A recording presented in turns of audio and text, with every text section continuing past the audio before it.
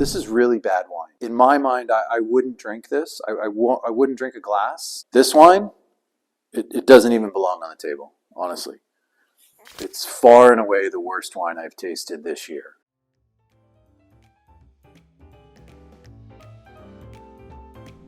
Hey everybody, this is Greg at BigHammerWines.com. Today, my one take wine pitch on 4 wines from Napa Valley. Cabernet Sauvignon is universally loved, the most widely planted grape in the world. Why? Because it's easy to adapt and people just love the beautiful fruit flavors. The cab gives this blueberry, blackberry, boysenberry, wonderful roundness. It's just so enjoyable. So today I'm going to compare one wine that is known by almost all Napa Cabernet drinkers, in part because it's ubiquitous. It's available in just about every convenience store and gas station across America. And it's the Caymus 2021 Cabernet Sauvignon. I have it in my glass. I don't usually drink this wine. It's worth noting that Robert Parker's Wine Advocate hasn't rated this wine since 2015. Wine Spectator is typically scoring it around 90 to 92 points year after year. This wine sells for $80 to $100 in most places, even sometimes more. Looking at it, it looks more like a Malbec than a Cab. It's really inky, unnaturally so, because I make wine, including Cabernet. So immediately on the visual inspection, I'm suspicious that this wine is not 100% Cab, and or it might have some sort of color agent additive, like a mega purple, mega red. And that's kind of confirmed on the nose. There's definitely chemical, kind of a plastic smell. Overly ripe and jammy and manipulated is what this smells like.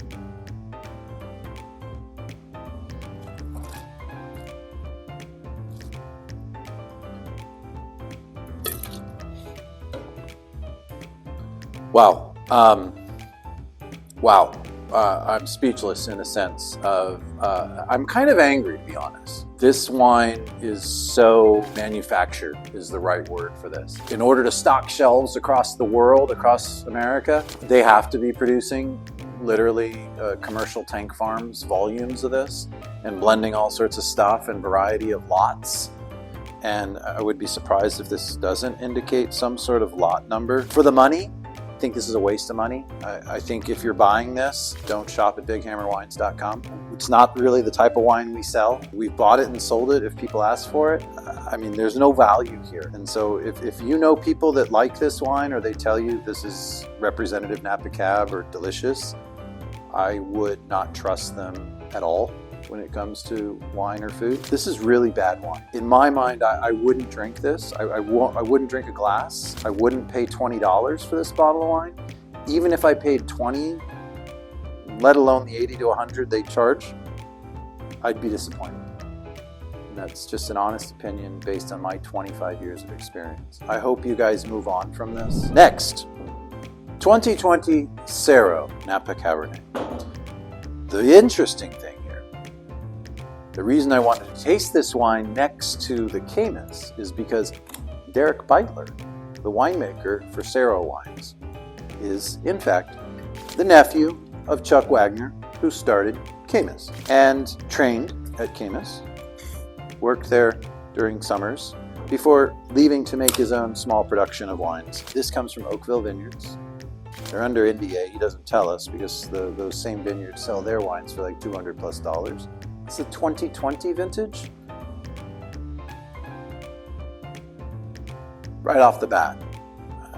And even just looking at the color. Night and day. This smells like wine. This smells like Cabernet. This looks like Cabernet. This smells like the French oak it was in. High quality wine.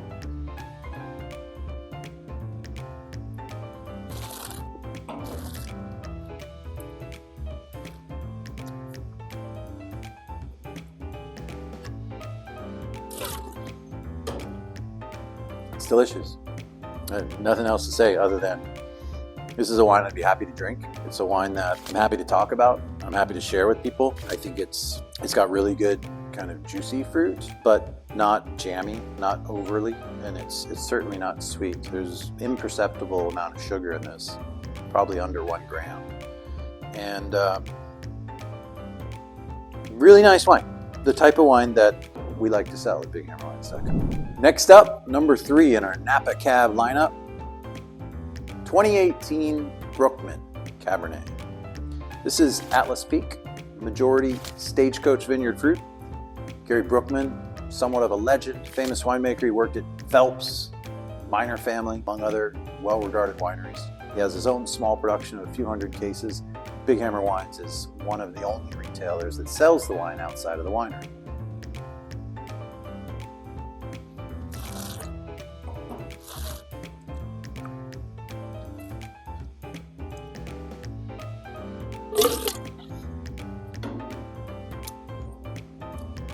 This is great.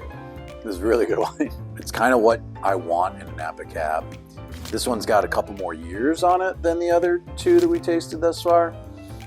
I think it's mellowed out a little bit. Kind of that oak is integrated. It's got more roundness. It's a little more fleshy. 2018, super high quality vintage. And I really just get a sense of the quality of this wine in the nose, in the mouth. It's seamlessly integrated. It's just a wine I really hope you guys can taste because I'm very proud of this wine. I mean, I'm proud to sell this wine. So our 4th and final wine is the Acumen. This is 2021, so same vintage as the Caymus. And Acumen, also located near Atlas Peak and the Stagecoach Vineyard. This is a state winery that is on the up and up, relatively new with a lot of investment that's making it quite a splash in terms of quality with the team, the vineyard manager, the winemaker, and we're very impressed with these wines so far.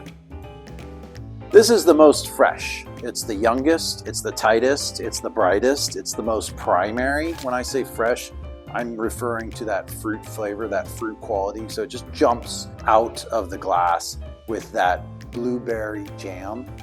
And I can smell kind of some graphite and oak and vanilla, of course. I know this is a young wine from the color. Again, kind of, I would say, I know it's difficult for you, but this is a more natural Napa Cab color. And the nose is like spot on. I get the sense that this is a wine that's going to have longevity. This is a wine that is young now, and I think it would really develop in the glass if we had dinner with this, and it will certainly continue to develop for some years to come.